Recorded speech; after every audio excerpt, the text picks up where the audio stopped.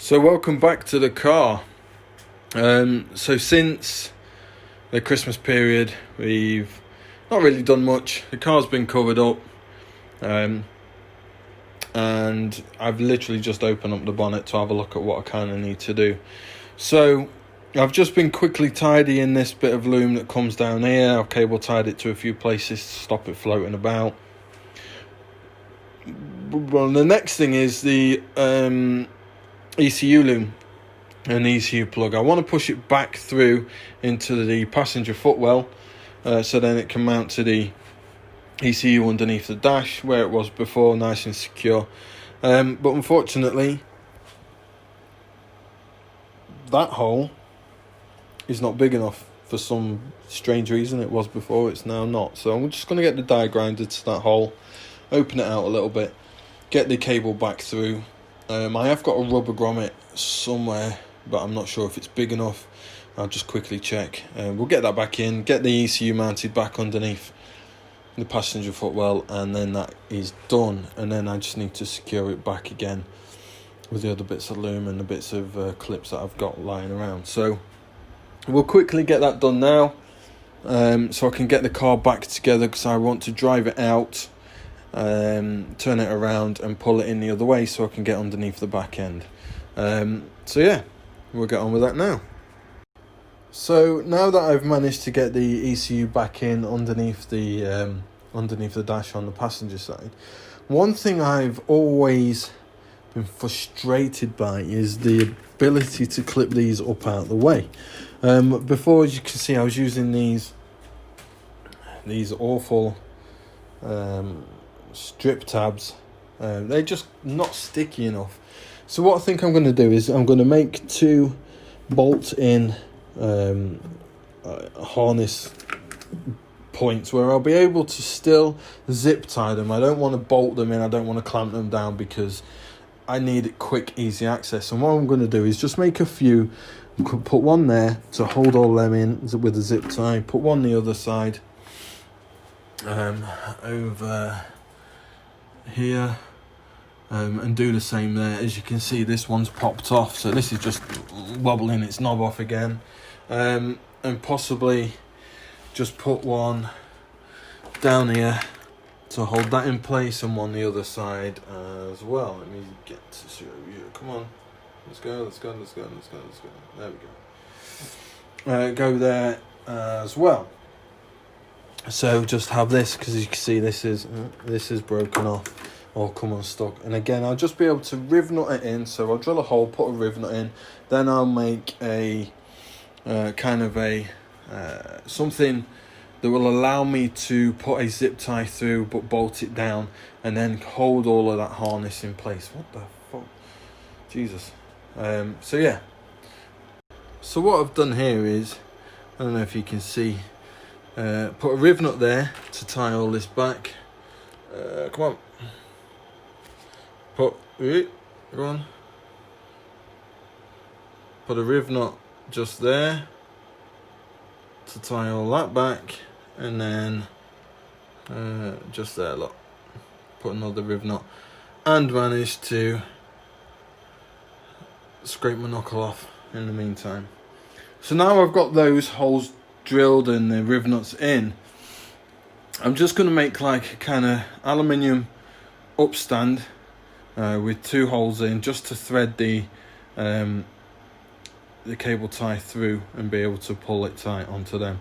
You don't need to be special. They need to be, I want them to be light. There's no point making them out of stainless or mild steel. I've got plenty of aluminium that we can use. So I'm going to go get them done, but I'm going to take you along so I show you what I'm doing. Get those three in. I haven't done this side. I haven't done that side simply because I can't get my fucking drill in there. And two, actually, there's already a hole here that I think will fit an M6, so I might just change that for an M6 one. So I'll make a bracket up for it anyway, and we'll go from there. Right, so for these brackets, what I'm thinking is, I've got some of this alley plate that's already bent into a 90, and all I'm going to do is take probably about 10 mil, cut them off, drill 2 holes. Oh, bollocks. Green pen doesn't work on aluminium. So 2 holes there, and then your M5 hole there. You see? And I'll slice that off, straight down, straight off, and then cut this end off. And then that's literally it. We drill that hole to match the M5, we drill those 2 to allow the cable tie through, and then that will sit up in the engine bay and allow the cable in to be cable tied to that. So what I'll do is I think I'll just run I'll run this through the bandsaw, or the fake bandsaw that I've got, and just take it from there. They don't have to be out special, they just need to hold cables, and I'm not really that fussed if they last. They're only aluminium. I'm not expecting great things. Let me just draw this, and then we'll take it from there, really. So this is my trusty bandsaw. As you can see, it's just a Milwaukee kind of portable bandsaw. It is a bandsaw. Jankily, I've put it in a vise, just clamped the handle. It doesn't move. It does shake a little bit, but you know what? I'm really not cutting out spectacularly big or hard that warrants anything. And all I'm going to do is just clamp the trigger down. I've got it set on number 2 because it doesn't need to be silly fast for aluminium. So let's get this done.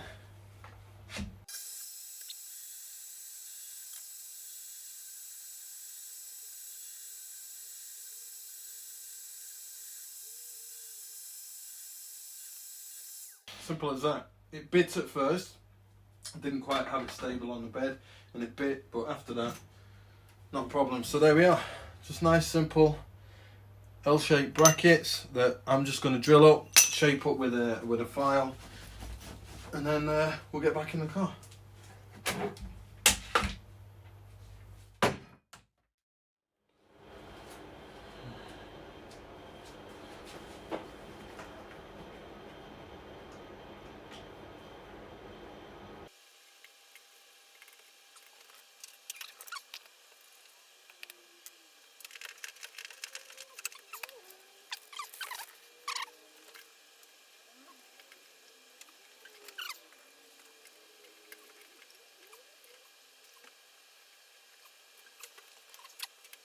Right, let's zoom in.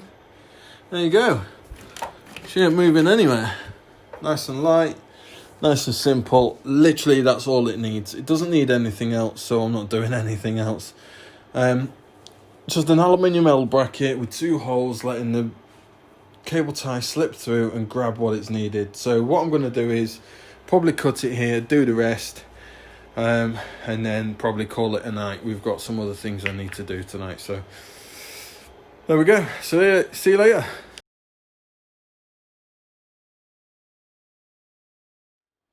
So back in the garage, and a parcel's just turned up.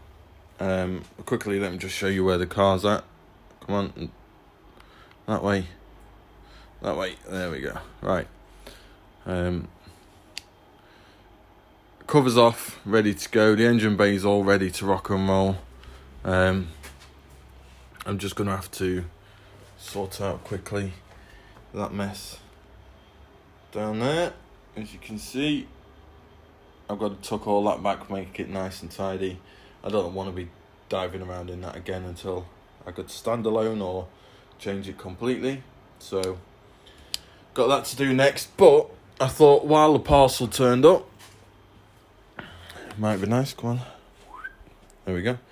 Yeah, it might be nice to show you what's in the box. So what I'm gonna do, show you the old one. I mean, this came on my old Mark II Jetta when I bought the Jetta. Fucking horrible steering wheel. It's plastic. It is really hard plastic everywhere. Really not nice. But it's worked for what I've needed it to do. It's just, it gets a bit slippery when your hands get a bit sweaty. So I thought, you know what, let me get myself a nice new one. So I got a suede suede effect, OMP, flat bottom. It just gives a bit more clearance around my knees. About the same size. I didn't want it to be too different, although you can see the top and the bottom are tucked in a little bit. The sides are generally the same size. I think this will be a lot nicer for track days, especially when hands do get sweaty or do get warm. They're not just going to slip around like they do on this one. Nice grip on this. So I'm just going to throw the boss on, see how that fits, and then get back in the car and sort out that bloody wiring. So winner.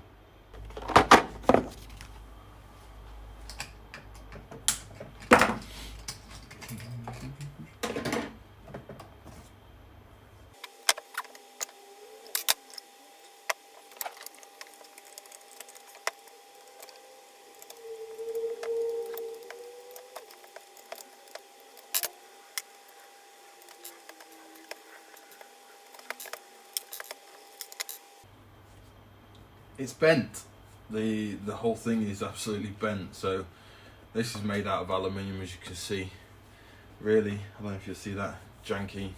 That was not safe really, but it came on the car, so I just used it. It was nice and small.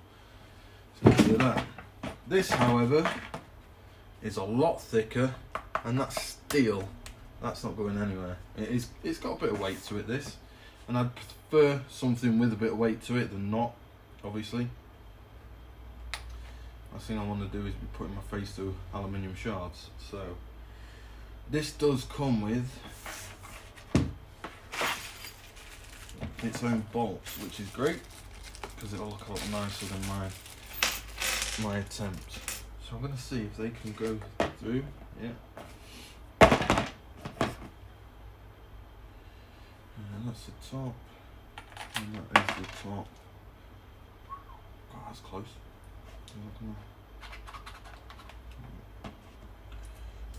Smash that on the back.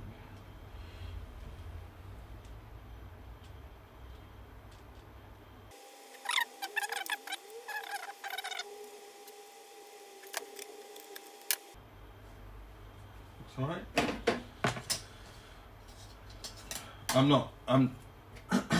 I don't need the horn. I'm not going to fit the horn.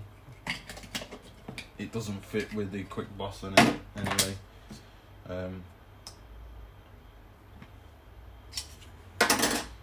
Yeah, we'll see. See if I get fancy or bored one day, I might 3D print something.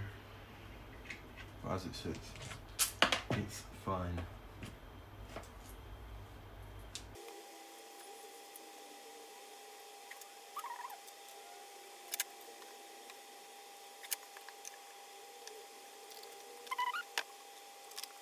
Let's go put her in the car.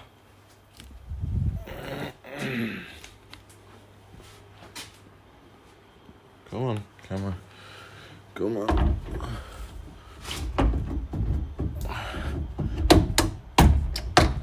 There we go. That looks alright, that. Happy with that. Like I say, I was more interested in the knee clearance, and also the good thing about this Corrado, it does have, where is it? The steering column adjust, so I can adjust it to get in and out, because obviously if I push it up, take steering wheel up, hang it off the roll bar, it's going to let me climb out of this fucking thing a bit better. So yeah, I'm happy with that. I'll get it tightened up and then get stuck into that. What an absolute nightmare that was. So she's in, the fuse box is in, as you can see. She's not 100% secure. The clip doesn't seem to be pushing it back onto the recesses that it has to hold the fuse box in place. It kind of rotates. So I'll work out something to just make that happen. I might have to just throw a few zip ties in it. And that should be it really. I can't see that fuse box staying in for many more months. What's next? Just clean out all the crap out of the car, put her on the floor, get her out the garage, put her on the drive for a bit. The idea is to turn around and pull her back into the garage with the nose end in first, so I can get access to the rear end with a bit more room, and start thinking about putting the anti-roll bar on. Hopefully the new brake lines will be here today, so we'll see. Let's crack on.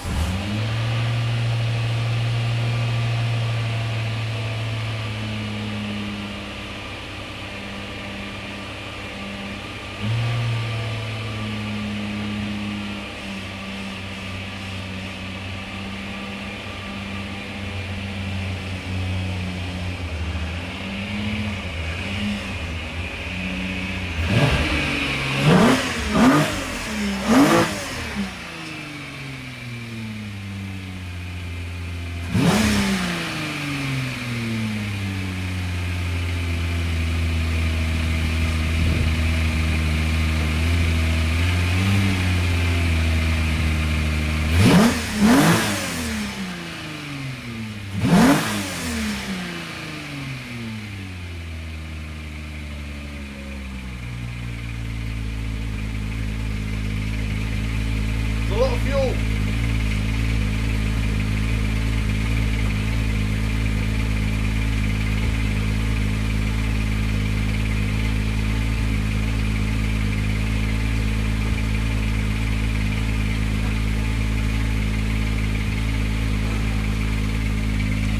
So let me just walk you around. This is the first time she's been out in a long time. Zoom out a little bit. So what have we got? Obviously non-street legal front end because there's no headlights. These are standard Bora wheels with 16 Nankangs on. They've been great on the track, really grippy. Plexiglass windows all the way around, that's why I've got this on, just to stop it scratching.